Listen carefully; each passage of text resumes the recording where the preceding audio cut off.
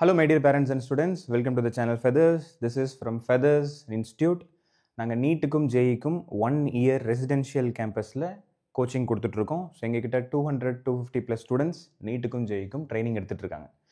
So last நான் உங்களுக்கு ஒரு வீடியோ போட்டிருந்தேன். அதில் நீட் 2025க்கான prediction, cut off prediction detail analysis நான் பண்ணி ஒவ்வொரு கேட்டகரிக்கும் அண்ட் ஆல்சோ 92.5க்கு தனியாக 77.5க்கு தனியாக நான் வந்து கொடுத்துருந்தேன். ஸோ அதில் வந்து பார்த்தீங்கன்னா 520+ வந்து ஓசி ஜென்ரல் கேட்டகரிக்கும் 92.5 கேட்டகரியில் அண்ட் ஆல்சோ 480+ வந்து பிசிக்கும் அண்டு 415+ வந்து நான் எம்பிசிக்கு சொல்லியிருந்தேன். அது ஆக்சுவலாக 450+ 450+ வந்து எம்பிசிக்கு. ஸோ அந்த பக்கத்தில் நியர்பை +5 ஆர் -5 அப்படிங்கிற ரேஞ்சில் தான் இருக்கும் அப்படின்னு நான் நம்புகிறேன். அண்டு எஸ்சிக்கு ஒரு 425க்கு ப்ளஸ்ஸு அண்டு எஸ்சிஏக்கு 390+ அப்படிங்கிறது தான் என்னோடய ப்ரிடிக்ஷனாக இருக்குது. ஸோ அந்த வீடியோ பாருங்கள், ஒரு ஐடியா உங்களுக்கு கிடைக்கும். ஸோ அந்த வீடியோ பார்த்ததுக்கப்புறம் உங்களோட மார்க்கில் நீங்கள் கேல்குலேட் பண்ணி செக் பண்ணிட்டு இருந்தீங்கன்னா இப்போ ஸ்டூடெண்ட்ஸுக்கு இருக்கக்கூடிய கன்ஃபியூஷன்ஸ் என்னவாக இருக்கும் அப்படின்னு பார்த்தீங்கன்னா, சரி எனக்கு வந்து கட் ஆஃப் நான் 100% வந்து நான் சொன்னதுலேருந்து +20 +30 தான் இருக்குது, ஸோ ஐ எம் சேஃப் அப்படின்னு நினச்சவங்களுக்கு ஒன்றும் வருத்தப்பட தேவையில்லை. அதுக்குன்னு கம்மியாக வாங்கினவங்க வருத்தப்படணும்னு அவசியம் கிடையாது. நீங்கள் கொஞ்சம் ரிலாக்ஸ்டாக இருக்கலாம் அப்படின்னு நான் மீன் பண்ணுறேன். ஸோ ஆல்ரெடி உங்களுக்கு ஐடியா கிடச்சிருச்சுன்னா ஓகே, நமக்கு காலேஜ் கிடச்சிரும் அப்படிங்கிற ஒரு நம்பிக்கை இருந்துச்சுன்னா ஃபைன். ஒருவேளை அந்த ரிஸ்க் ஜோனில், பார்டர் ஜோனில், நியர்பை கட் ஆஃபில் இருக்கிறவங்க ப்ளஸ் அடிஷ்னலாக அதுக்கு கீழே இருக்கிறவங்க என்ன சார் பண்ணுறது அப்படிங்கிற ஒரு கன்ஃபியூஷன் வந்து ஜென்ரலாகவே இருக்க தான் செய்யும்.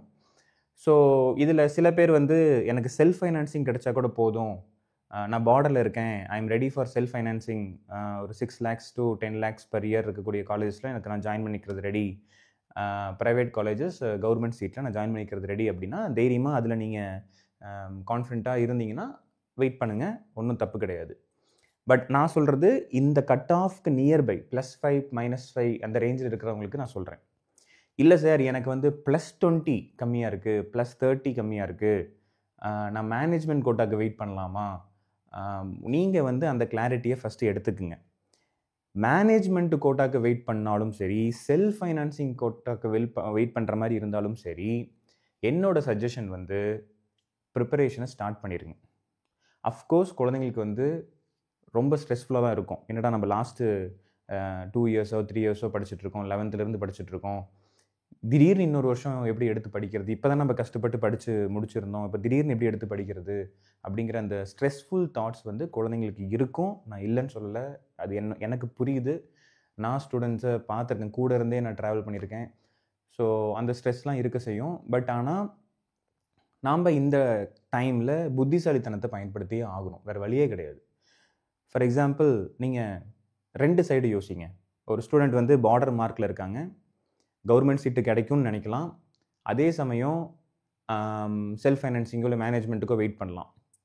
இன்னொரு ஸ்டூடெண்ட் வந்து வெயிட் பண்ணாமல் படிக்க ஆரம்பிச்சிருக்காங்க. ஸோ 2 கேட்டகரி நீங்கள் எடுத்து பாருங்கள். இந்த வெயிட் பண்ணுற குழந்தைங்களுக்கு வந்து பெரிய நஷ்டமாக இருக்கும் ஒருவேளை சீட்டு கிடைக்கலனா. ஸோ பெரிய நஷ்டங்கிறது காலதாமதம், டைம் ஓடி போயிடும். 1 மாதம் இல்லை 2 மாதம் கூட ஓடி போயிடும். நம்ம கவுன்சிலிங்லாம் முடித்து அதை வெயிட் பண்ணிவிட்டு அதுக்கப்புறம் போய் நம்ம படிக்க ஆரம்பிக்கிறதுக்கு. அண்ட் 2வது அந்த 2 மாதத்தில் நம்ம எந்த வேலைகளுமே செய்யாமல் இன்னும் நம்ம டிப்ரெஷனில் அதிகமாகி படிக்கிற இன்ட்ரெஸ்ட் போயிடும். ஸோ படிக்கிற இன்ட்ரெஸ்ட் வந்து நம்ம கெயின் பண்ண முடியாது. ஸோ என்னோட சஜஷன் வந்து இந்த 2 மாதத்தை வீண் பண்ணுறதை விட நீங்கள் இப்போ படிக்க ஆரம்பிச்சிட்டிங்கன்னா ஒருவேளை அடுத்த வருஷத்துக்கு நம்ம காம்படிஷனில் போகணும், நிறைய காம்படிட்டர்ஸை நம்ம எதிர்கொள்ளணும், நல்ல மார்க் எடுக்கணும்னு நம்ம நினைக்கும் பொழுது இந்த 2 மாதம் ஒரு மேஜர் ரோலை வந்து இருக்குது. மேஜர் ரோல் வந்து இங்கே இதாகுது. ஏன் நான் இதை சொல்கிறேன்னா, குழந்தைங்களுக்கு அது தெரியாது.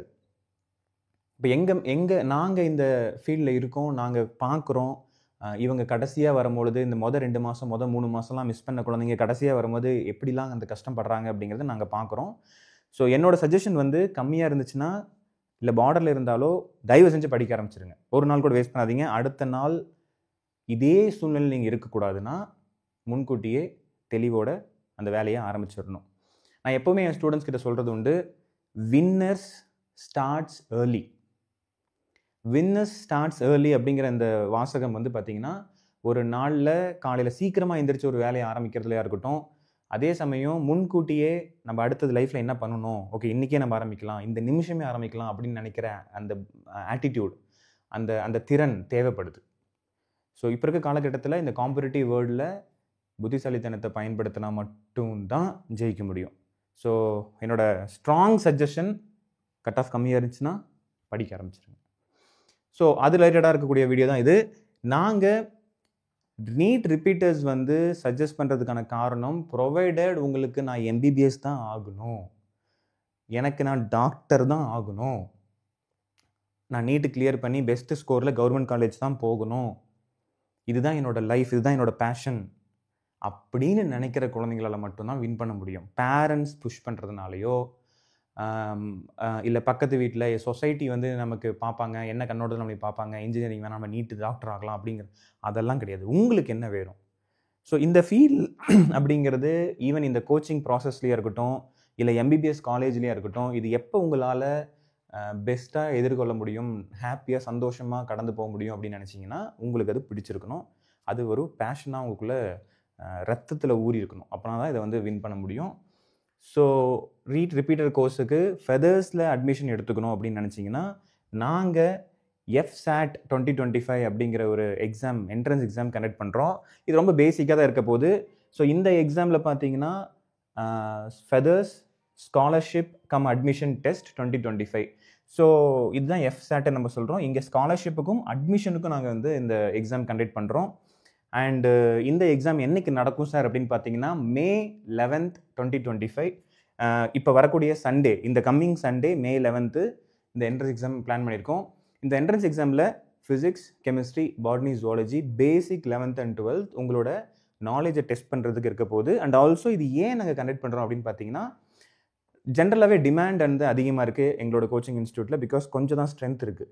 ஸோ இந்த கொஞ்சம் ஸ்ட்ரென்த்துக்கு டிமாண்ட் அதிகமாக இருக்கிறனால ஒரு என்ட்ரன்ஸ் எக்ஸாம் வைக்கிறோம். அண்ட் செகண்டு, என்ட்ரன்ஸ் எக்ஸாமோட ரிசல்ட்டை வந்து நாங்கள் ஒரு ப்ரொஃபைலாக எடுத்துக்க போகிறோம். ஸோ குழந்தைங்க வந்து எங்கே வீக்காக இருக்காங்க, எங்கே ஸ்ட்ராங்காக இருக்காங்க, எந்தெந்த கான்செப்ட்ஸில் வந்து அவங்க கரெக்டாக யோசிக்கிறாங்க அப்படிங்கிற ப்ரொஃபைல் ரெடி பண்ணிட்டோம்னா, நாங்கள் அவங்கள 1 year ட்ரெயின் பண்ணுறதுக்கு எங்களுக்கு யூஸ்ஃபுல்லாக இருக்குது. ஸோ அந்த ப்ரொஃபைல் ப்ரிப்பேர் பண்ணுறதுக்காக தான் இந்த என்ட்ரன்ஸ் எக்ஸாம் மெயினாக. ஸோ தயவு செஞ்சு மிஸ் பண்ணாதீங்க. May 11th இந்த கம்மிங் சண்டே என்ட்ரன்ஸ் எக்ஸாம் இருக்குது. எங்கே சார் இந்த என்ட்ரன்ஸ் எக்ஸாம்? எங்களோட கேம்பஸில், எங்களோட ஃபெதர்ஸ் கேம்பஸில், நாமக்கல்ல லொக்கேட் ஆகிருக்க ஃபெதர்ஸ் கேம்பஸில் டைரெக்டாக வந்து ஆஃப்லைனில் இந்த எக்ஸாம் எழுதணும். இது ஆன்லைனில் கிடையாது, ஆஃப்லைனில் இந்த எக்ஸாம் வைக்கிறோம். இது வந்து May 11th மதியம் 2 to 5 இந்த எக்ஸாம் இருக்குது. வரக்கூடிய பேரண்ட்ஸ் அண்ட் ஸ்டூடெண்ட்ஸ் எல்லாத்துக்குமே இங்கேயே நாங்கள் லஞ்ச் ப்ரொவைட் பண்ணுறோம். அண்ட் நாமக்கல் பஸ் ஸ்டாண்ட்லேருந்து எங்களோட சென்டருக்கு வர்றதுக்கு 5-6 kilometers இருக்குது. அதுக்கு டிரான்ஸ்போர்ட்டேஷனும் நாங்கள் ப்ரொவைட் பண்ணுறோம். ஸோ இந்த எக்ஸாமை எழுதுறதுனால பெனிஃபிட்ஸ் வந்து உங்களுக்கு அட்மிஷன் செக்யூர் ஆகும் எங்களோட நீட் ரிப்பீட்டர் கோர்சஸ்க்கு. அண்ட் ஆல்சோ பெட்டர் ஸ்காலர்ஷிப் வந்து உங்களுக்கு கிடைக்கும். ஸோ இதை தவிர்த்து வேறு ஏதாவது உங்களுக்கு சஜஷன்ஸ், உங்களோட கவுன்சிலிங் ப்ராசஸில் ஜேஇயாக இருக்கட்டும், நீட்டாக இருக்கட்டும், எப்படி சார் நாங்கள் அப்ளை பண்ணுறது, எந்த மாதிரி காலேஜஸ் செலக்ட் பண்ணுறது, எந்த மாதிரி கோர்சஸ் கிடைக்கும் எங்கள் மார்க்குக்கு, எந்த ரிலேட்டடான டவுட்ஸாக இருந்தாலும் எனக்கு நீங்கள் இந்த நம்பருக்கு கால் பண்ணலாம். 9445944788 இந்த நம்பருக்கு நீங்கள் எப்போ வேணாலும் கால் பண்ணலாம், டெக்ஸ்ட் பண்ணலாம். மேபி நிறைய ஃப்ரீக்வெண்ட்டாக எனக்கு கால்ஸ் வரதுனால கொஞ்ச நேரம் கழித்து நான் தாமதமாக மிஸ் கால் பார்த்துட்டு உங்களுக்கு நான் கால் பண்ணுறேன். வாட்ஸ்அப் மெசேஜ் பண்ணினா இன்னும் பெட்டர், ஈஸியாக கம்ஃபர்டபுளாக நான் ரிப்ளை கொடுக்க முடியும். கிட்டத்தட்ட நேற்று மட்டுமே எனக்கு ஒரு 200 to 250 கால்ஸ் இந்த டவுட்ஸ் பேஸ் பண்ணி வந்ததுனால நான் இதை ஒரு ஸ்ட்ராங் சஜஷனாக உங்களுக்கு கொடுக்குறேன். உங்களுக்கு ஏதாவது சஜஷன்ஸோ ஒப்பீனியன்ஸோ தேவைப்பட்டுச்சுன்னா இந்த நம்பருக்கு கால் பண்ணுங்கள். அண்டு ஸோ நீட் ரிப்பீட்டர்ஸ் வந்து நீங்கள் ஃபிக்ஸ் பண்ணிட்டீங்கன்னா எங்கே பெஸ்ட்டாக இருக்கக்கூடிய இந்த கோர்சஸில் நீங்கள் பண்ணுங்கள். உங்களுக்கு கண்டிப்பாக யூஸ்ஃபுல்லாக இருக்கும். 1 year வித் ஹாஸ்டல் இண்டிவிஜுவல் அட்டென்ஷனோட எங்களோட ப்ரோக்ராம் இருக்குது. சரிங்களா? So thank you my dear students and parents. உங்களுக்கு வேறு ஏதாவது சஜஷன்ஸ் இருந்தாலும் எனக்கு காண்டாக்ட் பண்ணலாம். தேங்க்யூ.